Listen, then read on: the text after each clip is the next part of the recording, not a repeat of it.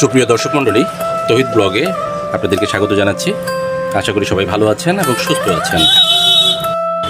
এটি আমাদের চিরচেনা একটি দৃশ্য। একটি ছোট্ট খাল থেকেও কতগুলো মাছ সংগ্রহ করে এদের মতো মানুষ জীবিকা নির্বাহ করে। নদীমাতৃক বাংলাদেশ হলেও বাংলাদেশের নদ নদী, খালবিল হুমকির সম্মুখীন।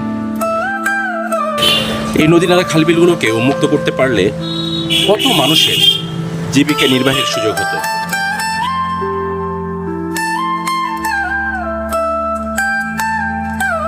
এই ছোট্ট একটু খালে কত ধরনের মাছ,